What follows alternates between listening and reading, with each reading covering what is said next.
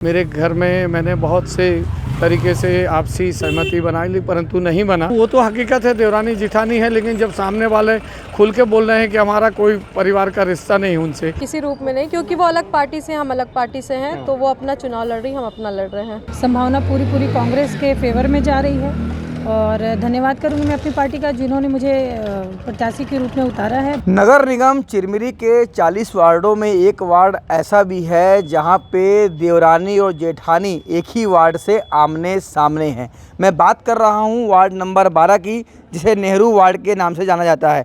इस समय ward number 12 की जो है वो यहाँ पे वोटिंग हो रही है और आपको दिखा दूं, ये नगर निगम चिरमिरी के वार्ड क्रमांक 12 में ये मतदान केंद्र क्रमांक 24 है। इसे नेहरू वार्ड के नाम से जाना जाता है। लोग यहाँ मतदान करने के लिए पहुँच रहे हैं और यहाँ से जो 2 प्रत्याशी आमने सामने हैं, वैसे वार्ड में 3 प्रत्याशी मैदान में हैं, लेकिन कांग्रेस से शाहीन आदित्य पराशर और बीजेपी से पूर्वा स्थापक, ये दोनों एक ही परिवार की हैं, रिश्ते में देवरानी जेठानी हैं और चुनाव मैदान में आमने सामने हैं। इसके पहले इस वार्ड से राकेश पराशर यहाँ से पार्षद रहे हैं, जो उसी परिवार से आते हैं। ऐसे में देखना होगा कि जनता देवरानी और जेठानी में आखिर किसे जो है विजयी बनाती है। नहीं, ऐसा कुछ नहीं है कि पराशर परिवार ही से है। उनका सोच अपनी जगह है, हमारा सोच अपनी जगह। क्योंकि मैं इसमें पूर्व में पार्षद था, इसलिए मुझे चुनाव तो लड़ना ही था। मेरे घर में मैंने बहुत से तरीके से आपसी सहमति बनाई ली, परंतु नहीं बना। उस कारण मुझे मेरे अपनी भनेज बहू पूर्वा को चुनाव लड़ाना पड़ा।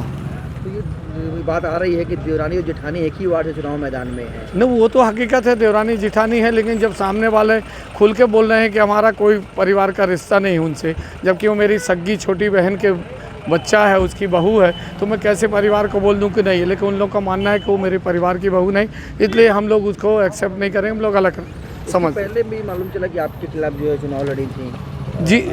जी, पूर्व में भी मेरे खिलाफ मैंने बहुत समझाइश किया।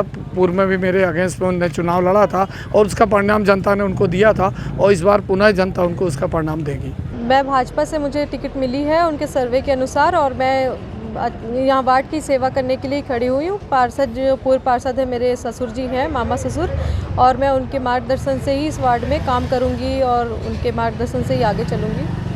तो ऐसा ये कहा जा रहा है कि इस वार्ड में देवरानी और जेठानी का मुकाबला है जी। तो आखिर ये एक ही परिवार से 2 लोग चुनाव लड़ रहे हैं, तो ये इसको किस रूप में देखती हैं आप?